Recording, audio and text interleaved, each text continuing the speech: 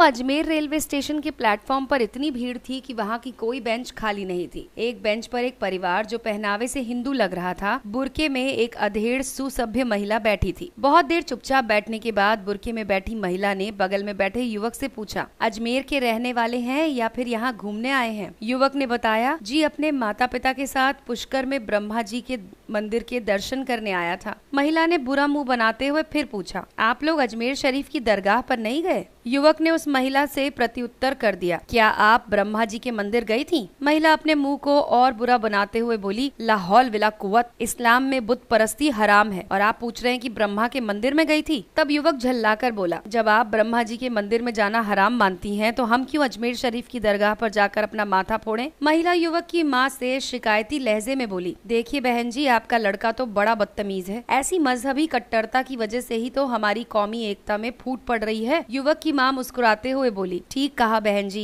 कौमी एकता का ठेका हम हिंदुओं ने ही ले रखा है। अगर हर हिंदू माँ बाप अपने बच्चे को बताए कि अजमेर दरगाह वाले ख्वाजा मोइनुद्दीन चिश्ती ने किस तरह इस्लाम कबूल न करने पर पृथ्वीराज चौहान की पत्नी संयोगिता को मुस्लिम सैनिकों के बीच बलात्कार करने के लिए निर्वस्त्र फेंक दिया था, तो शायद ही कोई हिंदू उस मुस्लिम की कब्र पर माथा पटकने जाए। बाद में पृथ्वीराज चौहान की वीर पुत्रियों ने मोइनुद्दीन चिश्ती के टुकड़े कर दिए थे। पृथ्वीराज चौहान ने मोहम्मद गौरी को 17 बार युद्ध में हराने के बाद भी छोड़ दिया था, जबकि एक बार उसने हारने पर चौहान की आंख में जलता हुआ सरिया डाल दिया, जिससे वो अंधे हो गए। मोहम्मद गौरी पृथ्वीराज चौहान की आवाज सुनकर उसी दिशा में तीर चलाने की कला को देखना चाहता था। पृथ्वीराज चौहान के हाथ में तीर आते ही उन्होंने सीधा गौरी की आवाज पर निशाना साधा। गौरी की गर्दन पर तीर लगने से उसकी मृत्यु हो गई। बाद में मोहम्मद गौरी के सैनिकों ने पृथ्वीराज को बंदी बनाकर मार डाला। वो लोग पृथ्वीराज के शव को घसीटते हुए अफगानिस्तान ले गए और दफन किया। चौहान की कब्र पर जो भी मुसलमान वहां जाता था, प्रचलन के अनुसार वहां रखे जूते से उसे मारता था। फिर भी हम हिंदू हैं कि सेक्युलर बने फिरे हैं। बाद में शेर सिंह राणा ने अफगानिस्तान जाकर पृथ्वीराज चौहान की कब्र से शव निकालकर उसका अंतिम संस्कार किया और उनकी अस्थियों को हिंदुस्तान लाकर गंगा में प्रवाहित कर दिया। अजमेर के ख्वाजा मोइनुद्दीन चिश्ती को 90 लाख हिंदुओं को इस्लाम में लाने का गौरव प्राप्त है। मोइनुद्दीन चिश्ती ने ही मोहम्मद गौरी को भारत लूटने के लिए उकसाया था। अधिकांश हिंदू तो शेयर भी नहीं करेंगे। दुख है ऐसे हिंदुओं पर। दोस्तों, अगर आप भी सच्चे हिंदू हैं तो इस वीडियो को ज्यादा से ज्यादा लोगों तक पहुंचाएं। हमारे इस वीडियो को लाइक करके शेयर करें।